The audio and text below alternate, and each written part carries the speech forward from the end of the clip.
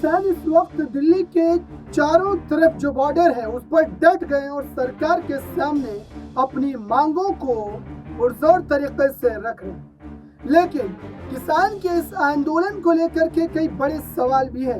विपक्ष ने इस पूरे मामले को लेकर के अब जो है अपनी रोटियां सेकना शुरू कर दिया है। विपक्ष के कई बड़े चेहरों ने इस पूरे मामले को लेकर के अपने बयान जारी किए हैं और जनता के साथ समर्थन जुटाने की भी बात कही है कि विपक्ष भी इस पूरे मामले पर किसानों के साथ खड़ा है और किसान संगठनों को उनका पूरा समर्थन हासिल है। अब ऐसे में आइए आपको दिखाते हैं और सुनाते हैं कि आखिरकार राहुल गांधी और साथ ही अखिलेश यादव ने इस पूरे मामले पर क्या सारी बातें कही है। स्वामीनाथन जी को बीजेपी की सरकार ने भारत रत्न दिया, मगर जिस चीज के लिए स्वामीनाथन जी ने अपनी जिंदगी दी, हिंदुस्तान के किसानों के लिए जो उन्होंने मेहनत की, जो स्वामीनाथन जी ने कहा, उसको करने के लिए तैयार नहीं है। इसका क्या मतलब है? स्वामीनाथन जी ने अपनी रिपोर्ट में साफ कहा है कि किसानों को लीगल राइट एमएसपी की मिलनी चाहिए। वो बीजेपी की सरकार नहीं कर रही। तो मैं आपको यहां जो खारगे जी ने कहा उसको दोहराना चाहता हूं कि इंडिया की सरकार आएगी तो हम एमएसपी की गारंटी हिंदुस्तान के किसानों को देंगे। जो स्वामीनाथन रिपोर्ट में लिखा है वो हम पूरा करके आपको दे देंगे। और ये हमारी शुरुआत है। हमारा मैनिफेस्टो बन रहा है, उसमें हमारा डिस्कशन चल रहा है। ये हमने आपको सिर्फ पहली बात बोली है। इसके आगे भी हम अपने मैनिफेस्टो में किसानों के लिए, मजदूरों के लिए काम करने जा रहे हैं। जो इस्तीफा दिया है उनका आरोप है कि आपकी पार्टी के कुछ कार्यकर्ताओं से हाथ उठे। देखिए, ये जो सवाल आप पूछ रहे हैं इस पे पार्टी के अंदर बातचीत हो जाएगी और उसका समाधान भी निकल जाएगा।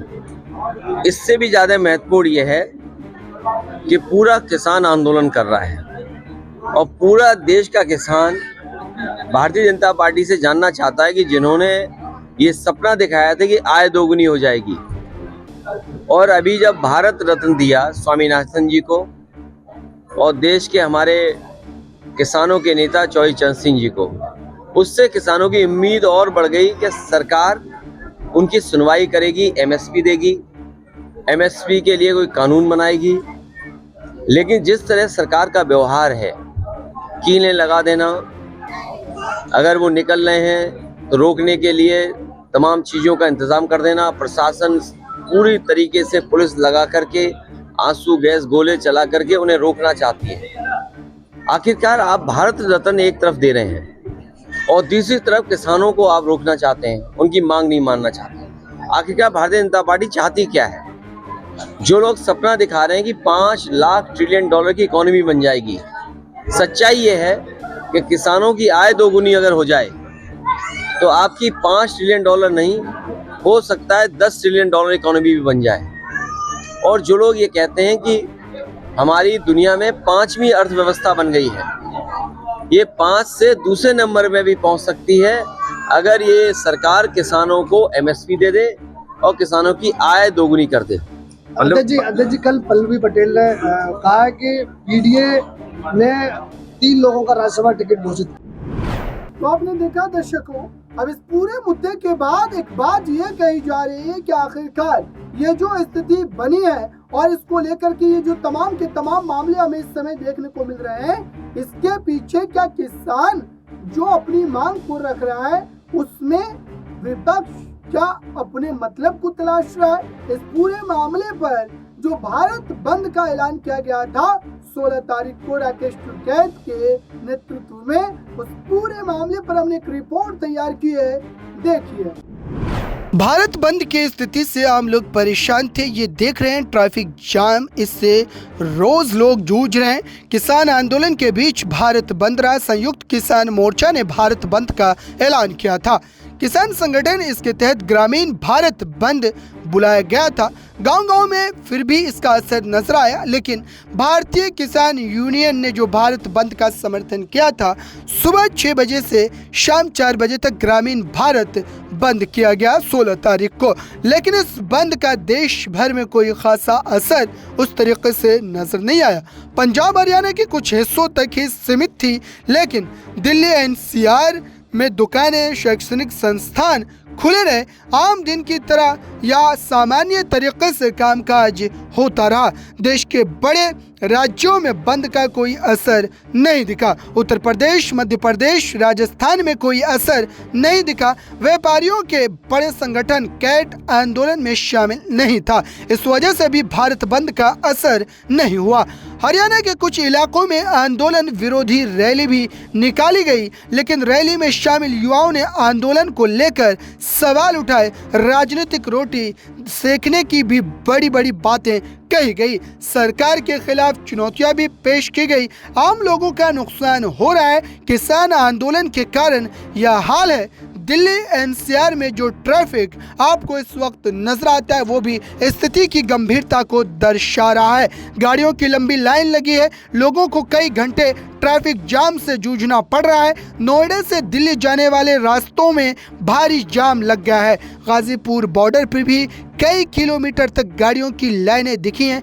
कारें और ऑटो बाइक रंग करके चलती नजर आ रही है। संयुक्त किसान मोर्चा ने इस बंद को लेकर के बड़ी बड़ी बातें कही थी, लेकिन मामला उतना ज्यादा अपना असर दिखाता हुआ नजर नहीं आया। तो आपने देखा दर्शकों, आखिरकार ये स्थिति कैसे पैदा हुई और इसकी वजह से जो आम जनता है, जो आम जनमानस है, उनको किस तरीके की परेशानियों का सामना करना पड़ा, वो भी तस्वीर आपको जरूर देखनी चाहिए।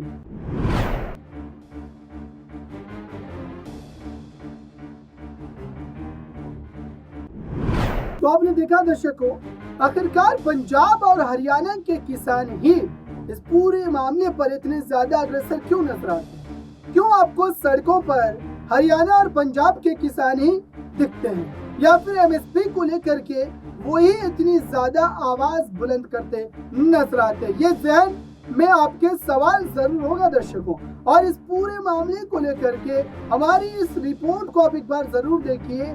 ये पूरा का पूरा माजरा आपको समझ आ जाएगा कि आखिरकार हरियाणा और पंजाब के किसान इस पूरे मामले पर इतना ज्यादा प्रदर्शन क्यों करते हैं, और यूपी और बिहार, मध्य प्रदेश जैसे राज्यों के किसान आपको सड़कों पर क्यों नहीं नजर आते हैं।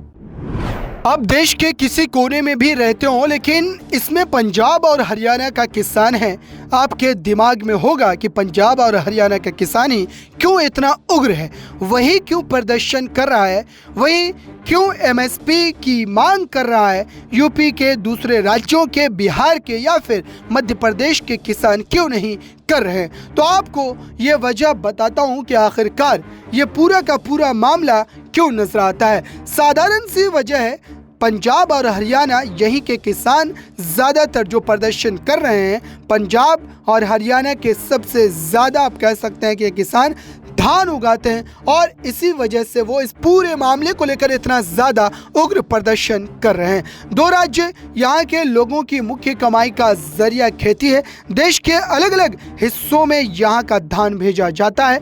हरित क्रांति का सबसे ज़्यादा असर अगर कहीं हुआ तो वह पंजाब और हरियाणा का एक तरीके से वहाँ पर सबसे ज़्यादा योगदान देखने को मिला था। हरियाणा में 1964-65 के दौरान धान के साथ ही गेहूं की पैदावार भी इन्हीं दोनों राज्यों में होती है। यानी इन दोनों राज्यों में जो गेहूं और धान होता है, यह धान लगभग आधा इसका हिस्सा पूरे भारत में जाता है। एमएसपी पर सबसे ज़्यादा खरीद भी अब इन्हीं राज्यों में होती है। अब एमएसपी पर खरीद इन्हीं राज्यों में सबसे ज़्यादा होती हुई नजर आ रही है, और सबसे ज़्यादा प्रदर्शन की स्थिति भी यही देखने को मिल रही है। तो आपने देखा दर्शकों, आखिरकार पंजाब और हरियाणा के किसानों को लेकर के ये स्थिति हमें क्यों देखने को मिलती है और आपको समझ भी आ गया होगा। लेकिन अब ऐसे में आपको एक बड़ा मुद्दा ये समझना है कि आखिरकार किसान इस समय किस मामले को लेकर के प्रदर्शन कर रहा है और किस तरीके से वो यहाँ पर जो है अपनी मांगों को आगे रख रहा है और उनकी मांग क्या है। एमएसपी को एक बार आप जरूर समझिए इस रिपोर्ट के माध्यम से कि एमएसपी आखिरकार क्या है और एमएसपी को तय कैसे किया जाता है। 2020 में किसान कानून का सबसे ज्यादा विरोध भी यही हुआ था। पूरे भारत में 6% किसान हैं एमएसपी का फायदा उठा पाते हैं। पूरे हिंदुस्तान में इनमें ज्यादातर किसान पंजाब और हरियाणा के एक जो है बड़े हिस्से से आते हैं। बात जो मैं आपको बताना चाह रहा हूं, एमएसपी पर हंगामा बाकी किसान इसलिए नहीं कर रहे हैं क्योंकि एमएसपी का फायदा पूरे हिंदुस्तान का सिर्फ 6% किसान उठाता है और इस पूरे मामले को लेकर जो स्थिति पनपी है वो दरअसल कई सवाल को भी उठाती है। हरियाणा को लेकर के और पंजाब को लेकर के ये बातें कही जाती है क्योंकि इस पूरे मुद्दे पर सबसे ज़्यादा पंजाब हरियाणा का जो मामला है वो 97% धान को सरकार खरीद लेते हैं। मतलब 97% धान एमएसपी पर खरीद लिया जाता है। इससे पंजाब के किसानों को बहुत लाभ होता है, लेकिन उसके बावजूद भी ये स्थिति साफ तौर पर दर्शा रही है कि कहीं ना कहीं मामला गंभीर है। करीब 80% गेहूं सरकार एमएसपी पर खरीद लेती है। वहाँ गेहूं भी बिक गया, धान भी बिक गया। बिहार में 1% से कम धान और गेहूं एमएसपी पर बिकता है और अब यह फर्क वहाँ 97% या 1% से कम है। उत्तर प्रदेश में यह आंकड़ा सिर्फ 7% और वहाँ 97 और 80%। यह वजह है क्योंकि पंजाब और हरियाणा का किसान सड़कों पर प्रदर्शन कर रहा है और हंगामा कर रहा है, जबकि सबसे ज़्यादा एमएसपी पर सरकार वही का धान खरीदती है। तो आपने देखा दर्शकों, इस पूरे मामले को लेकर के अब स्थिति ये नौबत आ चुकी है कि किसान पूरी तरीके से उग्र हो चुका है और इसको लेकर के साफ तौर पर स्थिति जो है वो और ज्यादा बदलती हुई नजर आ रही है। अब ऐसे में एक सवाल और पैदा होता है कि आखिरकार किन किन फसलों को लेकर के सरकार ने अब तक एमएसपी की जो नियमित सीमा है वो तय कर रखी है और किन किन फसलों पर एमएसपी जो है वो दी जाती है वो सुनिश्चित पहले से ही हो रखा है। आइए आपको बताते हैं बारी बारी से इस रिपोर्ट में कि किन किन फसलों पर एमएसपी जो है वो तय की जा चुकी है। अब देखिए जरा कौन कौन सी फसलों पर एमएसपी है। देश में 23 फसलों पर एमएसपी है।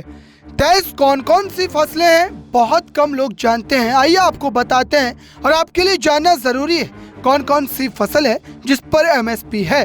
इसमें जो है 7 अनाज शामिल है। 7 अनाज कौन कौन से हैं? गेहूं, धान, मक्का, बाजरा, ज्वार, रागी और जौ। ये 7 अनाज है जिन पर एमएसपी है। इसके अलावा 7 तिलहन है जिस पर न्यूनतम समर्थन मूल्य सरकार ऐलान करती है और उस पर वह एक तरीके से जो है बिकता भी है। तिलहन कौन कौन से हैं? सोयाबीन, सरसों, सूरजमुखी, मूंगफली, तिल, काला तिल और नाइजर बीज। यह 7 हो गए और आपको ये भी बता दें कि 7, 7, 14, लेकिन इस पूरे जो है फसल में 5 तरह की दाल भी शामिल है, उन पर भी एमएसपी तय होती है। और अरहर की बात करें, चना, मूंग, उड़द और मसूर, यह 5 दालें ये शामिल है। और इसके बाद देखिए इसके अलावा 4 और फसल है जिस पर एमएसपी तय होती है। वो गन्ना है, कपास है, नारियल है और जूट जो है वो भी शामिल है। इसमें 23 फैसले ऐसी है जिस पर एमएसपी तय होती है। अब एक बात आपको ये जहन में आ रही होगी कि आखिरकार एमएसपी कौन तय करता है और कैसे तय होती है, यह तो मैं आपको बताऊंगा। लेकिन एमएसपी की ज़रूरत क्यों पड़ी? देश में कहीं ज़्यादा में आप कह सकते हैं कि कोई चीज़ ना खरीद ली जाए जो एसेंशियल कमोडिटी की है और कहीं कम में नहीं। इस पूरे मामले को लेकर के ही एमएसपी की ज़रूरत जो है वो आन पड़ी थी। आपको ये बता दूं कि इसलिए एक समर्थन जो मूल्य है वो तय किया गया। एमएसपी का निर्धारण हुआ कि किसानों को नुकसान न हो। अब देखिए एमएसपी तय कैसे होती है, एमएसपी तय करने का तरीका क्या है। एमएसपी का मतलब है न्यूनतम सपोर्ट प्राइस, यानी कि न्यूनतम समर्थन मूल्य। इससे कम नहीं होगा, यह न्यूनतम है और इसको आप कह सकते हैं कि न्यूनतम समर्थन मूल्य जो है कहा जाता है। किसानों के हित के लिए यह व्यवस्था बनाई गई। इसके तहत फसल की न्यूनतम कीमत तय होती है। कैसे तय होती है यह मैं आपको बताऊंगा। बाजार में फसलों के दाम कम भी अगर हो जाएं तब भी सरकार इसी रेट में फसल खरीदती है। तरीका क्या है? स्वामीनाथन का बार बार आपने नाम सुना होगा। स्वामीनाथन कमीशन के बारे में लगातार जो है इस सिफारिशों को लागू करने की बात किसान उठा भी रहे हैं। तो आपने समझा दर्शकों, किन किन फसलों को लेकर के सरकार ने एमएसपी यानी कि मिनिमम समर्थन मूल्य जो है वो दे रखा है। उसके बावजूद भी अब किसान अपनी मांगों को लेकर के फिर से एक बार सड़कों पर है। उनकी एक महत्वपूर्ण मांग जो है वो ये है कि स्वामीनाथन कमीशन की रिपोर्ट को लागू किया जाना चाहिए, उनकी सिफारिशों को लागू किया जाना चाहिए। और आखिरकार वो सिफारिश क्या है, उस सिफारिश में क्या सारी बातें कही गई है, वो भी आप इस रिपोर्ट के माध्यम से समझिए।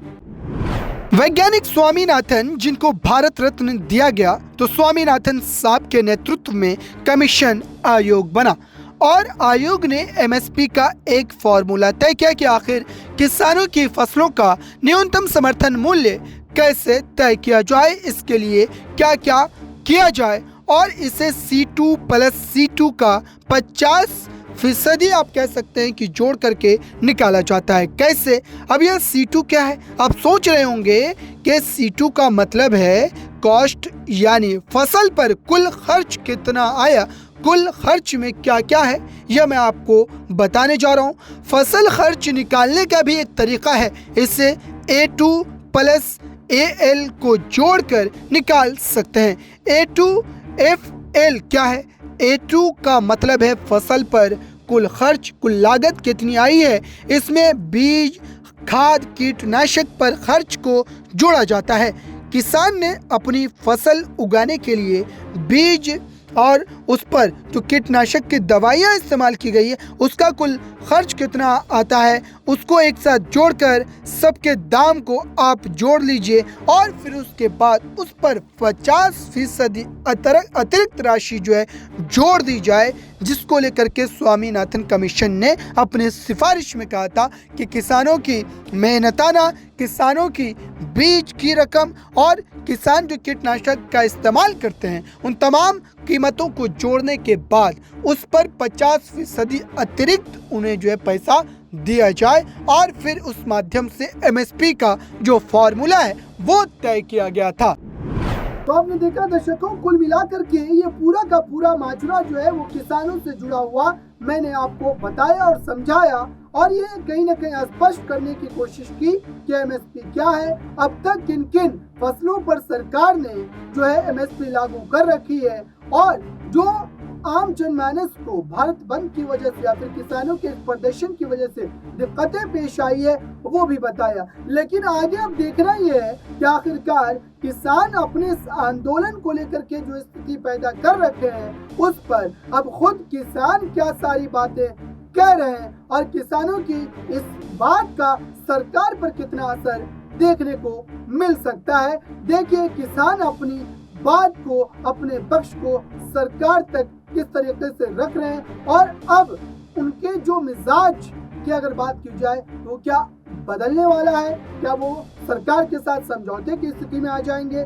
देखिए इस रिपोर्ट। और देखिए अब पंजाब, हरियाणा किसी भारत के दो राज्य नहीं, ऐसे लगता है ये इंटरनेशनल बॉर्डर बन गए हैं तो हमें जो नजर आ रहा है। अब हमें मीडिया बोलता था आप रोड रोकते हैं, इससे लोगों को तकलीफ होती है। हम तो आज भी नहीं कह रहे रोड ब्लॉक करेंगे, आज भी नहीं कह रहे हैं कि हम कहें रोड रोकेंगे। अब तो सरकार ने स्वयं रोड रोक रखी है पिछले 2-3 दिन से और जो वो दिखा रहे हैं कंक्रीट की 10-10 फुट ऊंची लंबी जो दीवार बनाई गई है, रोड्स में मुझे बता, हम तो इसको देश के लिए अन्न उगाते हैं, उसको देश का पेट भरते हैं, और इन्होंने हमारे लिए जो है किलों की जो फसल है वो हमारे लिए उगा रखी है हमारे सामने। हमने तो मंत्री महोदय से कहा, आपने महाराष्ट्र में जुल्म किया, आप मध्य प्रदेश में 300 लोगों को डिटेन कर लिए, आप ये बेंगलोर से आ रहे थे ये हमारे लोग, उनकी एक और थी आगू, उसको बालों से जैसे खींचा गया, उसके सर पर चोट लगी, हम फिर आपसे वार्ता करने गए।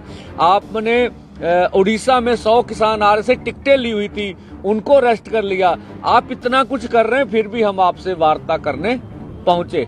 क्यों पहुंचे? कि हम चाहते से मिल बैठ के इस मसले का कोई ना कोई हल हो जाए। पर हमें ना तो ये लगा, हम मंत्री महोदय पीयूष गोयल जी ऊपर कहे मैं बात करूंगा, पर कुछ लगा नहीं, उसके बाद कुछ हुआ। देखिए वहां मीटिंग में बैठे बैठे हमारे ट्विटर हैंडल बंद हो गए। हम वार्ता कर रहे हैं, फिर भी हमारे ट्विटर हैंडल, फिर भी हमने कहा हम दरवाजा बातचीत का खुला रखेंगे। हम आज भी कहते हैं सरकार कोई भी अनाउंसमेंट कर सकती है, और जो लगता उन्हें भी हम कुछ देना चाहते। इस वक्त किसानों को लेकर के जो स्थिति पैदा हुई है वो काफी ज्यादा हैरान करने वाली है दर्शकों, और इस पूरे मामले को लेकर के जो तस्वीरें निकल के आ रही है वो और भी ज्यादा स्थिति को जो है जो आप कह सकते हैं कि दर्शाती है कि ये मामला और भी ज्यादा बिगड़ सकती है। इस पूरे मुद्दे को लेकर के राकेश टिकैत ने पहले ही चेता दिया है। राकेश टिकैत ने पहले ही ये कह दिया है कि वो इस मामले में किसी भी तरीके से समझौते की स्थिति में नहीं आएंगे, और इसको लेकर के सीधे तौर पर उन्होंने अपने बयान को जारी किया है। सुनिए इस रिपोर्ट में। वहां पे झगड़े हुए और हमको उनके साथ में जाना पड़ा। आज भी एसकेएम की उनकी कोई बातचीत नहीं हुई। जो किसान संयुक्त मोर्चा है उसकी कौन अलग है, लेकिन हम उन किसानों के साथ में अगर अत्याचार होगा, आज उनके साथ में, कल हमारे साथ में होगा, परसों तुम्हारे साथ होगा। मुद्दे सबके एक है, उन्हीं की कमेटी सरकार से बातचीत करे, जो भी उनका फैसला होगा वो बातचीत करे। लेकिन सरकार डराने का काम करेगी तो ये किसान डरेगा नहीं। पूरा हरियाणा, पूरा देश इस पंचायत की तरफ आज देख रहा है। पूरी कमेटी ने निर्णय लिया कि 21 तारीख को, 21 फरवरी को जिला मुख्यालय पर ना कोई काम होगा, ट्रैक्टर से मार्च होगा, वहां पर प्रदर्शन करेंगे एक दिन का, ट्रैक्टर पर जाएंगे। उसके बाद में हमारा है 26-27 तारीख का, 2 दिन का, ये एसकेएम को हम देंगे कि हमारे ट्रैक्टर हाईवे पर होंगे, जो दिल्ली की तरफ हाईवे जाता है। हमारे ट्रैक्टर हरिद्वार से लगा के और गाजीपुर बॉर्डर तक, जहां तक भी गाजियाबाद का बॉर्डर लगा, वहां तक खड़े होंगे। हर जिले के तहसील ब्लॉक के लोग अपने ट्रैक्टर को लेकर सड़क पर खड़े होंगे। एक तरफ का हाईवे चलता रहेगा, आने वाले लोग उनको देखते रहे। हम दिल्ली जाएंगे नहीं, लेकिन हाईवे पे अपने। राकेश टिकैत ने साफ तौर पर ये बात बताने की कोशिश की है कि सरकार जो किसानों पर अपने ताकत का, अपने बल का इस्तेमाल करते हुए उन्हें डराने की, धमकाने की कोशिश कर रही है, ये उनकी भूल है। किसान 2020-21 की तरह ही इस बार भी डट करके रहेंगे, और इस पूरे मुद्दे को लेकर के खुद राकेश टिकैत ने जो ट्वीट किया था और ये कहा था कि किसान आप अपनी ताकत को भी दर्शाएंगे।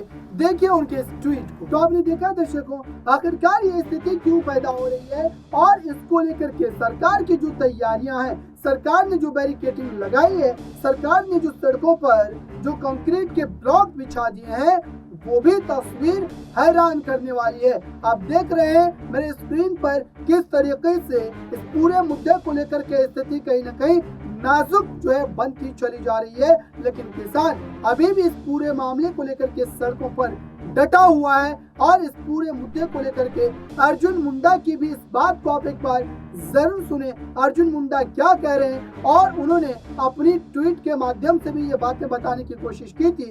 पहले आप इस बयान को सुनिए अर्जुन मुंडा। किसान संगठनों के साथ हम हमेशा रचनात्मक ढंग से, सकारात्मक ढंग से बात करने की जो कोशिशें हैं वो जारी रहेगी और हम बातचीत करने के लिए तैयार हैं। किसान संगठनों को ये बात समझना बहुत जरूरी है कि जो कानून की बात की जा रही है वो कानून के बारे में इस तरीके से कोई निर्णय नहीं लिया जा सकता है जिससे कि बाद के दिनों में सबके लिए बगैर सोची समझी स्थिति के बारे में लोग आलोचना करें। बल्कि हमें यह कोशिश करना चाहिए कि हम इसके सारे पक्षों का ध्यान रखें और उस पर चर्चा करें। तो आपने सुना दर्शकों, अब आपको ये समझने की जरूरत है कि आखिरकार सरकार अगर ये दावा कर रही है कि इस पूरे मामले पर बातचीत का दौर चल रहा है, बातचीत से इसका हल निकाला जा सकता है, उसके बावजूद भी स्थिति क्यों नाजुक बनी हुई है। हालांकि अर्जुन मुंडा ने पहले भी एक ट्वीट के माध्यम से बातें कही थी, आप जो है स्क्रीन पर देख रहे होंगे कि बातचीत से ही इसका हल निकाला जा सकता है, किसान उनके भाई बंधु हैं, लेकिन उसके बावजूद भी ये स्थिति क्यों पनप रही है।